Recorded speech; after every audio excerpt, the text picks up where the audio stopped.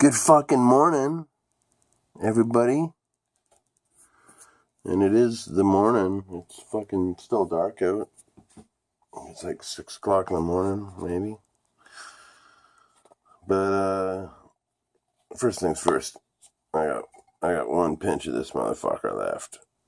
I was going on about this motherfucker yesterday, but I got lots of this stuff. It's not going anywhere.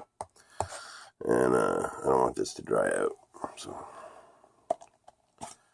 bear with me here. It's gonna be a fucking fat fucking pinch, baby.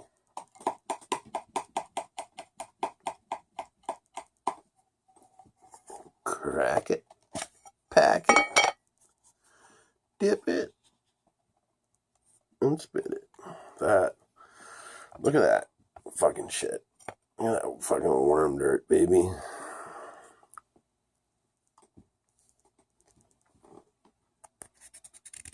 I'm gonna kick my ass, I know it. Fuck the residue in the can.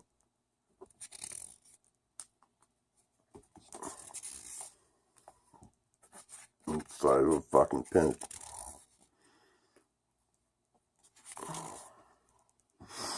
I can't help myself.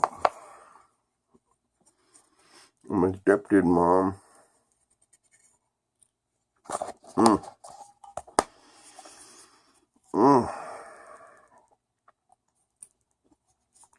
swear to God.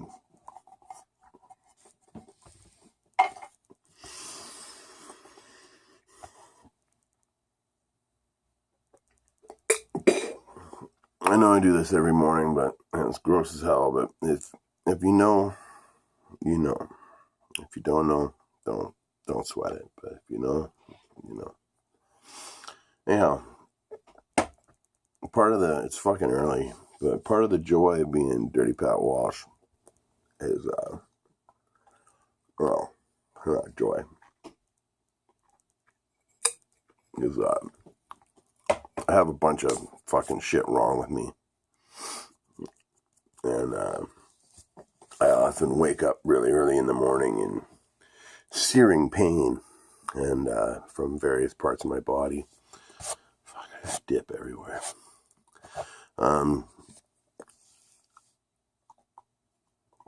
And today happens to be the day I get my medicine for a lot of these things. And the way I time my medicine is, I shouldn't even be talking this shit, but the way I time my medicine is,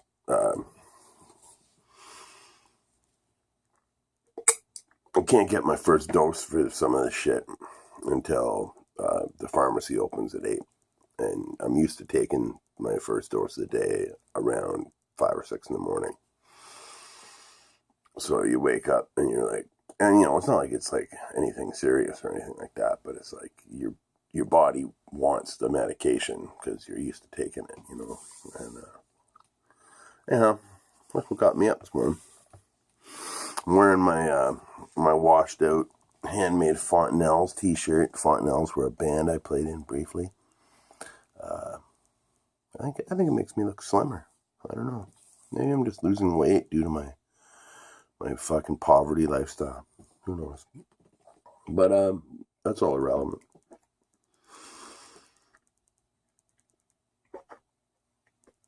It's gonna be a great fucking day today. That's when I woke up, I couldn't go back to sleep because I was like, it's gonna be a fucking great day today. Got my first radio show today.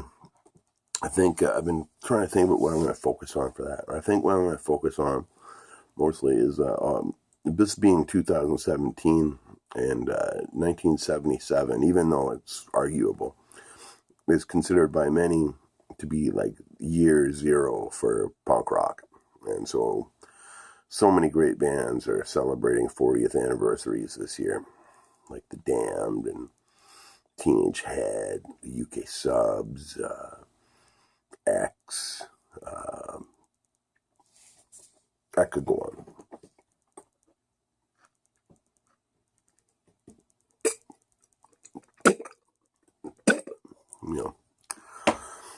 But I won't. That's later for the radio show. So I think that's going to be what I'm going to focus on today. But, and Yeah, my Hurricane Charlie album got dropped yesterday. Me and Jill Staveley's latest endeavor, and I'm very pleased with it. It's exactly the document that I would have wanted to present as an album. It's live. We don't advertise it as live because we're just a live band. We're not gonna. I doubt we'll ever go into our studio.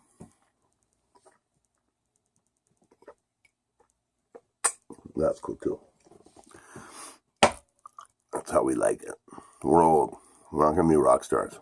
We do it to kick out the jams, get our yayas out. You know what I mean? I'm trying to think of fucking crazy band stories that aren't embarrassing to me. But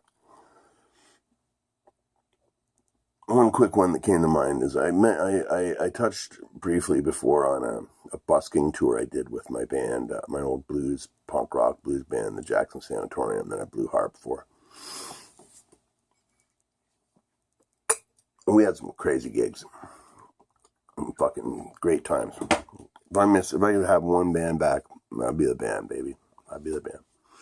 It was hot. So much fun.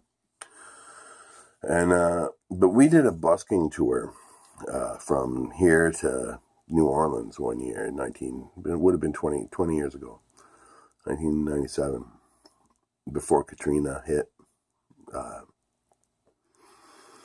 And basically what we did is we packed up all our battery-powered amplifiers. We all had like pig noses and shit like that at the time. And our drummer just put together a little cocktail kit, like using a floor tom as a kick drum and having a snare and a cymbal. That's kind of basically it. And we cooked up this story when we hit the border that we were playing a wedding at our drummer's sister's place in Florida. And that's why we had all our musical gear with us, because, a bunch of musicians coming in the States without Visa cards, they're going to go with the fuck, get the fuck out of here. But we had it all set up so when the customs guy, he could call our drummer's sister and she would vouch for us, and that's exactly what happened. So it was cool. But we busked in fucking Kentucky, in Memphis, in Nashville, Baton Rouge, Mississippi. We went to fucking North Hill Country, Mississippi. That's what I'm going to get at. All the way down to New Orleans. We hung out in New Orleans. When we hit New Orleans, French Quarter, Bourbon Street, Preservation Hall. I don't know if you all know Preservation Hall, but it's like, it's the fucking music venue. Okay? It's like nothing but a room. There's no washroom, no concession, no nothing. Just a room. And it's just every night, fucking best New Orleans jazz music you're ever going to hear. And there's always a lineup. And the way they work it is it's always packed. So you go in, pay your cover, you watch the band basically until you have to pee so bad you got to leave. And then they let the next person in and you're out. So that's kind of how Preservation Hall works. So I sat on the steps of Preservation Hall before they opened up. And I busted on the harmonica for like 3 hours just so I could say I played Preservation Hall. That was pretty high point in my career. Let's just say that. But we went down to Mississippi because that's kind of a pilgrimage for every blues musician to go down to Mississippi, right?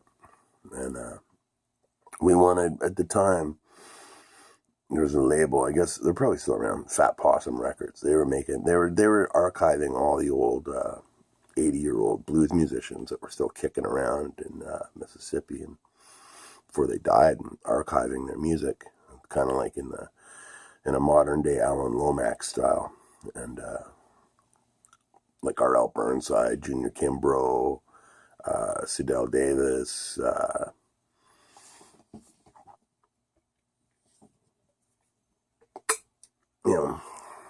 fucking great musicians. I'm glad I got to see some of them before they died. T. Model Ford, the Anyway, so we thought we got to go down to Fat Possum Records and meet these fuckers, man. Like, we got to meet these guys and give them our demo. We had a shitty fucking demo tape at the time, and so we drove down there in our van. And there were 6 of us in the van, and now Fat Possum Records is basically in a converted car garage. It's just a shitty little place, and it turned into like a record studio. And so we pull up, nobody's there, so we're just waiting for somebody to show up. And the 2 dudes who run the place, one of them's name is Matt, that's all I remember, show up. And they get out of their car, and we all pile out of the van. There's 6 of us. We all pile out of the van. And they think we're there to fucking beat their ass. I don't know why, but they were scared when we all piled out of the van. And we bought them a bottle of Old Granddad bourbon. And from a distance, I threw the bottle of bourbon at them and said, "You guys make the best blues records. We came from Ontario, Canada, to tell you that." And they were like, "Well, fuck, come on in." So we went in and got a tour.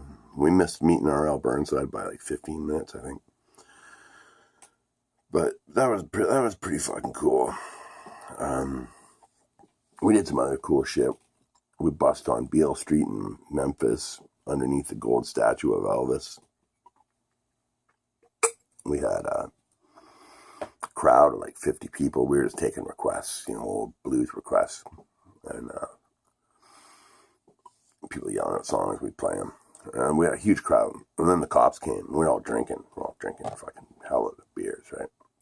And thought, oh shit, we're in trouble, man. The cops are here. And so all the cops did was come up, take us aside and say, "You boys drinking beer?" We're like, "Yes, officer, where?"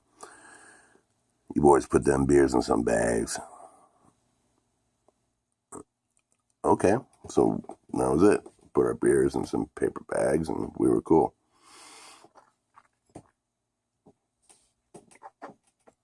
Kept playing. I'm gonna stop this and make a part 2 because it's getting on.